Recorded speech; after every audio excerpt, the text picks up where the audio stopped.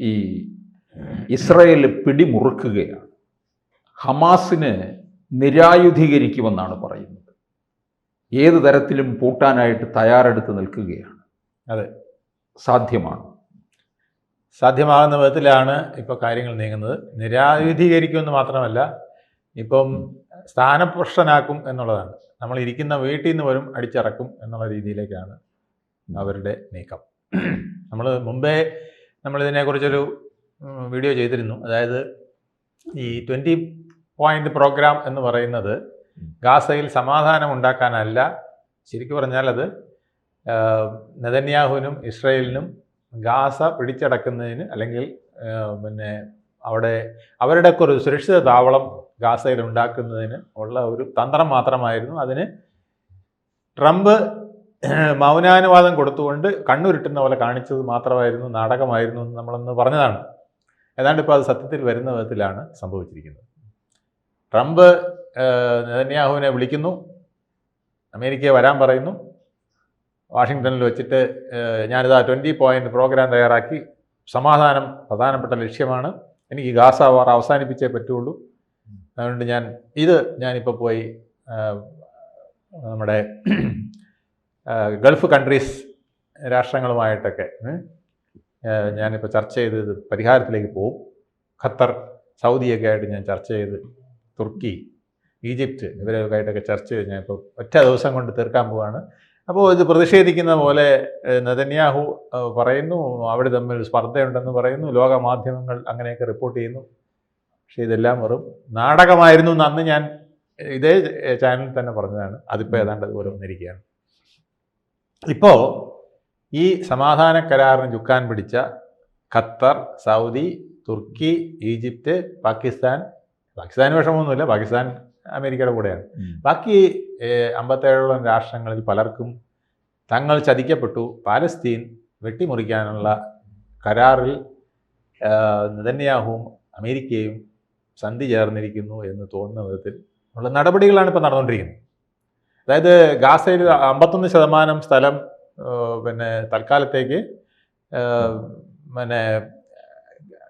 ഗാസയുടെ ഇസ്രായേലുമായി ചേർന്ന ഭാഗത്ത് ഉള്ള ആ ഗ്രീൻ ബെൽറ്റ് എന്നാണ് അവർ വിളിക്കുന്നത്, ഗ്രീൻ സോൺ. ആ ഗ്രീൻ സോൺ അവിടെ തന്നെ നിൽക്കും. അത് അന്തർരാഷ്ട്ര സംഘടനയുടെ കൈവശമായിരിക്കും ഗാസയുടെ മൊത്തം ഭരണം. അതിൽ ഈ ഭരണം ഇപ്പോൾ തൽക്കാലത്തേക്ക് ഇസ്രായേലിൻ്റെ കയ്യിൽ നിൽക്കും എന്നൊക്കെയാണ് പറഞ്ഞത്. പക്ഷേ അതെല്ലാം ഏതാണ്ട് പള്ളിപ്പുറത്തായിരിക്കുന്ന രീതിയിലാണ് ഇസ്രായേലിൻ്റെ ഇപ്പോഴത്തെ പ്രവർത്തനം. അവരെ 51% ഏരിയ അവർ കൈക്കലാക്കി കഴിഞ്ഞു. അതായത് ഞാൻ നമ്മുടെ പ്രേക്ഷകർക്ക് അറിയാൻ വേണ്ടി പറയുകയാണ്, കേരളം എന്ന് പറയുന്ന ഈ ഭൂഭാഗം ഇങ്ങനെ കിടക്കുന്നു.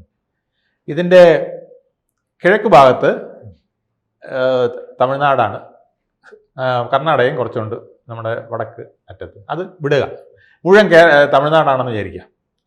ആ തമിഴ്നാടെന്ന് പറയുന്നത് ഇസ്രായേലാണെന്ന് വിചാരിക്കുക. ഇത് കേരളമാണ്. കേരളത്തിൻ്റെ ഏതാണ്ട് 65, ഇത്രയൊന്നും വലിപ്പമില്ല കേട്ടോ, ഇത് നമ്മുടെ ആലപ്പുഴയുടെ അത്രയും പോലും വലിപ്പമില്ലാത്തൊരു ചെറിയ നീളത്തിലുള്ളൊരു സ്ഥലമാണ് ഈ ഗാസ എന്ന് പറയുന്നത്. ഞാൻ എന്നാലും ഒരു ജനത്തിന് അറിയാൻ വേണ്ടിയിട്ട് പറയുകയാണ്.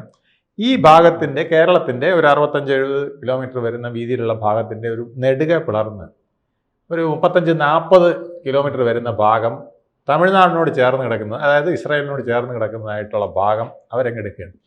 ഇത് ഗ്രീൻ ബെൽറ്റ് ആക്കി വെച്ചുകൊണ്ട്, എന്നിട്ട് അതിൻ്റെ നടുക്ക് ഒരു യെല്ലോ ലൈൻ വരച്ചിട്ടുണ്ട്. ഈ ലൈനിൽ കയറി അപ്പം വെടിവെക്കും. എന്നിട്ട് ഈ റെഡ് എന്ന് പറഞ്ഞിട്ടിരിക്കുന്നത് ഈ കടത്തീരത്ത് കുറച്ച് സ്ഥലങ്ങളാണ്. ഇത് കേരളം എന്ന് പറയുമ്പോൾ ഒരുപാട് സ്ഥലമുണ്ട് കേട്ടോ, മറ്റേത് അങ്ങനെയല്ല. കടത്തീരത്തെ ചുമ്മാ ആർക്കും വേണ്ടാത്ത കുറേ സ്ഥലങ്ങൾ, അവിടെ എല്ലാം അടിച്ച് നാശമാക്കിയിട്ടിരിക്കുന്നത്, പ്രശ്നമായി കിടക്കുന്നത്, ആ സ്ഥലങ്ങളാണ് കൊടുത്തിരിക്കുന്നത്. ഇപ്പം അവിടെ ഭയങ്കര വെള്ളപ്പൊക്കവും മഴയും ഒക്കെ വന്ന് അതിവൃഷ്ടി.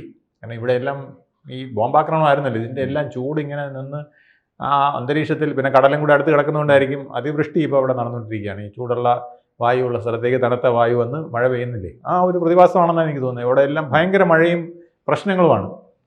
ഇങ്ങനെ ജനം പൊറുതിമുട്ടി നിൽക്കുകയാണ് അവിടെ. അപ്പോഴാണ് ഈ ഗ്രീൻ ബെൽറ്റ്, അതായത് ഇസ്രായേലിനോട് ചേർന്ന ഭാഗം അവർ സേഫ് ആക്കിക്കൊണ്ട് അവരുടെ സൈഡ് മൊത്തം അവരിപ്പോൾ ഗ്രീൻ ബെൽറ്റാക്കി വെച്ചിരിക്കുകയാണ്. നടുക്ക് യെല്ലോ ലൈനും വരച്ചിട്ടുണ്ട്. ഇവിടെ റെഡിൽ കിടന്ന് ഈ ഹമാസ് നിയന്ത്രണത്തിലുള്ള, ഇപ്പം ഹമാസിൻ്റെ നിയന്ത്രണം അല്ലെന്നാണ് ശരിക്ക്, എന്നാലും ഹമാസാണ് ഇപ്പോൾ അവിടെ ചട്ടമ്പിയന്മാരെ പോലെ കാര്യങ്ങൾ കൈകാര്യം ചെയ്തുകൊണ്ടിരിക്കുന്നത്. അവിടുത്തെ ജനം വളരെ പൊറുതിമുട്ടി നിൽക്കുകയാണ്. യഥാർത്ഥ ഗാസ ജനത കഷ്ടപ്പെടുകയാണ്. ഇങ്ങോട്ട് കയറിയാൽ ഇവർ വെടിവെച്ചു, യെല്ലോ ലൈനിൻ്റെ അടുത്തോട്ട് കയറിയാൽ വെടിവെക്കും. ഈ രീതിയിലാണ് പോകുന്നത്. അപ്പോൾ ശരിക്കും പറഞ്ഞാൽ ഗാസയെ നേരെ പകുത്ത് ഒരു ഭാഗം ഇസ്രയേൽ കീഴടക്കി കഴിഞ്ഞിരിക്കുന്നു. അപ്പോൾ പിളർന്നു കഴിഞ്ഞു. ഗാസ പിളർന്ന് ഗാസയുടെ ഏറ്റവും സേഫായിട്ടുള്ള, അതായത് ഇസ്രയേലിന് സേഫായിട്ട് വേണമല്ലോ ഒരു സോൺ, അതുപോലെ എടുത്തിരിക്കുന്നത്. വേണമെങ്കിൽ ഇന്ത്യക്ക് ഇത് ഭാവിയിൽ ആലോചിക്കാവുന്നതാണ്. POK നേരെ പിളർന്നുകൊണ്ട് POKയുടെ ഒരു സൈഡ്, അപ്പുറത്തെ സൈഡ് അവിടുത്തെ പാകിസ്ഥാനോ അവിടുത്തെ ജനതയ്ക്ക് വിട്ടുകൊടുക്കുക, ഇപ്പോഴത്തെ സൈഡ് ഒരു സേഫ് സോൺ നമ്മൾ എടുത്ത് കയ്യിൽ വെക്കുന്നു. എന്നുവെച്ചാൽ അക്രമം വരുന്നെങ്കിൽ അവിടെ വരുള്ളൂ, നുഴഞ്ഞേറ്റക്കാരൻ വരുന്നെങ്കിൽ അവിടെ വരുള്ളൂ. ഇപ്പം നേരെ കാശ്മീരിലേക്ക് കയറുന്നില്ലേ, ഇത് അവിടെ കയറിയിട്ടേ ഇങ്ങോട്ട് കയറാൻ പറ്റുള്ളൂ. അവിടെ കയറുമ്പോഴേ നമുക്ക് അവനെ ഇട്ട് അടിച്ച് ശരിയാക്കാനുള്ള. അപ്പോൾ പലസ്തീൻ്റെ ഒരു പ്രദേശം യെസ് ഇസ്രായേലിൻ്റെ, ശരിക്കും പറഞ്ഞാൽ പാലസ്തീൻ എന്ന് പറയുന്നത് ഈ ഗാസയും വെസ്റ്റ് ബാങ്കും ആണല്ലോ. അതെ. ഈ ഗാസയെ നേരെ പിളർന്നുകൊണ്ട് 51% വരുന്നത് ഇസ്രായേൽ പിടിച്ചടക്കി കഴിഞ്ഞു. ഇത് യുദ്ധമില്ലാതെ സമാധാന കരാറിലൂടെ യുദ്ധത്തിന്റെ മറവിൽ ഇത് പിടിച്ചടക്കിയിരിക്കുന്നുള്ളതാണ്. ഇവിടുത്തെ ജനത എങ്ങോട്ട് പോകുന്നു? ഇവിടുത്തെ ജനതയെ അവിടെ ഇട്ട് കഷ്ടപ്പെടുത്തുക, പിന്നെ അവരെ ആർക്കെങ്കിലും കൊണ്ടുപോകണമെങ്കിൽ കൊണ്ടുപോകാം. അവർ പറഞ്ഞു കഴിഞ്ഞാൽ നിങ്ങൾക്ക് എവിടെ വേണോ പോവാം, ഇങ്ങോട്ട് വരുന്നുണ്ടെങ്കിലും ആകാം, ഇങ്ങോട്ട് വരുന്നെങ്കിലും കയറ്റിവിടും. കാരണം ഇവിടെ വന്ന മര്യാദയ്ക്ക് നിൽക്കാനേ പറ്റുള്ളൂ, അല്ലാതെ നിങ്ങളുടെ ഹമാസ് സാധ്യത കാണുന്നില്ല. അതിന് വലിയ സാധ്യതയില്ല. അവർ കൊണ്ടുപോകണമെങ്കിൽ വെസ്റ്റ് ബാങ്കിൽ കൊണ്ടിടുകയുള്ളൂ, വെസ്റ്റ് ബാങ്കിലേക്ക് ഡീപ്പോർട്ട് ചെയ്യും. അതുപോലെ ഇപ്പോൾ ലോകത്തിൻ്റെ പല ഭാഗങ്ങളിലും ഈ ഹമാസുകാരെ വേണമെങ്കിൽ എടുത്തോളാൻ പറഞ്ഞിട്ട് ഇട്ടിരിക്കുക. പക്ഷേ ഈ പ്രശ്നം ഇവിടുത്തെ പലസ്തീൻ പ്രേമികളിലൊക്കെ ഇവിടുത്തെ പലസ്തീൻ പ്രേമികൾക്കും ദത്തെടുക്കാന്നാണ് പറയുന്നത്. പക്ഷേ ഇന്ത്യ ഗവൺമെന്റ് സമ്മതിക്കില്ല, അതാ പ്രശ്നം. ഗാസക്കാരെ നിങ്ങൾക്ക് വേണമെങ്കിൽ ദത്തെടുക്കാം എന്നാണ് ഇസ്രായേൽ പറയുന്നത്. ആർക്ക് വേണോ ആരെയും കൊണ്ടുപോകാം, ഞങ്ങളതിന് വില്ലിങ്ങാണ്, വേണമെങ്കിൽ പ്ലെയിനിൽ കയറ്റി. ട്രംപിന്റെ ബ്രെയിനാണല്ലേ? ട്രംപിന്റെ ബ്രെയിൻ എന്ന് പറഞ്ഞാൽ അവിടെ ജൂതന്മാരുടെ രാജ്യമാണ് അമേരിക്ക. നമുക്ക് പലർക്കും അത് അറിയില്ലെന്നേ ഉള്ളൂ. നമ്മൾ ചെയ്യുന്ന ഇസ്രായേലാണ് ജൂതന്മാരുടെ സ്ഥലം എന്നാണ്. പക്ഷേ അമേരിക്കയാണ്. അമേരിക്കയുടെ എല്ലാ ധനസംബന്ധമായ കാര്യങ്ങൾ, ആർമി സംബന്ധമായ മർമ്മപ്രധാനമായ എല്ലാ ഇടങ്ങളും, ശാസ്ത്രജ്ഞന്മാർ, ഇങ്ങനെ മർമ്മപ്രധാനമായ എല്ലാ സ്ഥലത്തും നിലനിൽക്കുന്നതും അമേരിക്കയുടെ നിലനിൽപ്പിന് ആധാരമായ എല്ലാ ബ്രെയിൻ വർക്കും, ഫിസിക്കൽ വർക്കും പോലും, ഫിസിക്കൽ എന്ന് വെച്ചാൽ ഞാൻ പറഞ്ഞ മാനേജ്മെൻറ്റ് വർക്ക്, മറ്റേ ലേബർ അല്ലേ, നമ്മൾ മാനേജ്മെൻറ്റ് ലേബർ കംപ്ലീറ്റ് ചെയ്യുന്നത് ആരാണ്? ഈ ജൂതന്മാരാണ്. അവരെ തൊട്ട് ഡെമോക്രാറ്റും കളിക്കില്ല, റിപ്പബ്ലിക്കും കളിക്കില്ല. ട്രംപ് പിന്നെ ഇതിലെല്ലാം തൊടാതെയൊക്കെ ചില അഭ്യാസങ്ങൾ കാണിക്കും. ട്രംപിൻ്റെ ഒരു രീതി അതാണ്. പക്ഷേ അവസാനം വന്ന് അതിലേ നിൽക്കാൻ പറ്റുള്ളൂ. അപ്പോൾ അതാണ് വന്നിരിക്കുന്നത്. ഈ ഇപ്പോഴത്തെ അവസ്ഥയിൽ ശരിക്കും പറഞ്ഞാൽ ഈ കരാറിൽ ഒപ്പുവെച്ച സൗദിയും ഖത്തറും എല്ലാം ഇരുന്ന് കരയുകയാണ്, ഈജിപ്തും ഒക്കെ. എന്ത് ചെയ്യാൻ പറ്റും?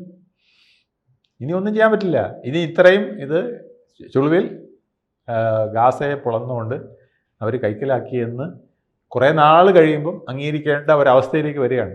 ഈ ഹമാസിനെ നിരായുധീകരിക്കുക എന്നുള്ളത് ഇല്ലെന്നുണ്ടെങ്കിൽ വീണ്ടും അവർ പ്രശ്നത്തിലേക്ക്. അല്ല, അത് പിന്നീടാണ്. അത് അടുത്ത ഘട്ടമായിട്ട് അവർ ഓരോന്നിനും തട്ടിക്കൊണ്ടിരിക്കും ഈ എഗ്രിമെന്റും വെച്ചോണ്ട്. അല്ല, ഈ എഗ്രിമെന്റ് ആണ് ഇതിന്റെ അടിസ്ഥാനം. അതായത് നിങ്ങൾ ഒപ്പിട്ടിട്ടുണ്ട്, നിരായുധീകരിക്കും. നിരായുധീകരിച്ചിട്ടില്ല, തോക്കുണ്ടോ, ടിഷ്യൂം തട്ടും.